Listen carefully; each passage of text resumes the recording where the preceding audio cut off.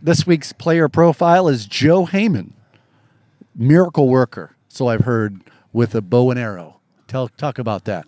You just got back from hunting out west. It didn't go your way, but what a great trip, huh? Yeah, it was pretty awesome. Beautiful out there. When you go out there and you're out in that wilderness and it just doesn't go your way, but how do you feel when you're out there in just that open area compared to this? It's very calming. There's nothing out there. You're all alone. It's very nice, peaceful, and there's no distractions out there. So is it basically just like that's my happy place? Yeah, kind of. Pretty much. Uh-huh. How about here on the football field? That's become one of your happy places. People don't a lot of people don't realize. They're looking at you, oh, this is a good football player, which you are. He hasn't played organized football since 8th grade? 8th grade, yeah. So what was the decision from 8th grade until now? To all of a sudden just decided, I'm going to play my senior year. I would say Reese Trepp had a pretty big influence. Everyone knows against MFL Marmac last year, he had a great game. And he texted me one summer day and said, Joe, you should come out for football. I considered it for a little while, probably like 2 weeks. Didn't come to anything, but I showed up to one lifting and been here ever since. Well, you were a Red Buffalo at one point. Oh, yeah. Explain the experience of being a Red Buffalo in 5th and 6th grade. I was a lot smaller in 5th and 6th grade. So I've heard that. Yeah.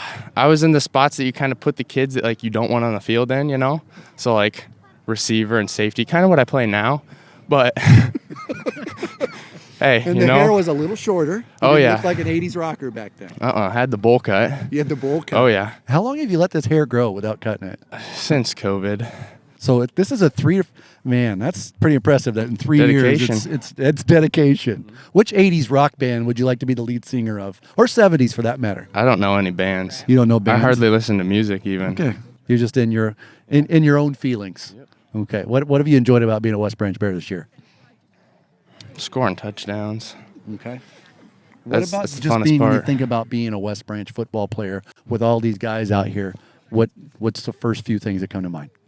It's a lot different than soccer, Okay. especially on game night and everything.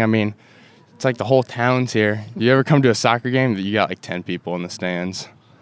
So, do you feel like you've joined this? This is a big family.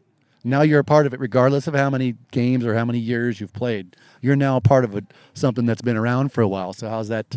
What's that connection to you and football now? How's that make you feel?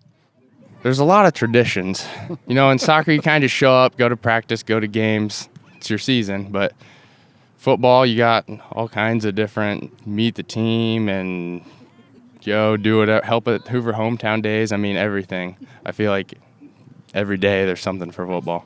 All right, I'm going to let you give a 20 to 30-second pep talk for the team for tomorrow night. What do you say?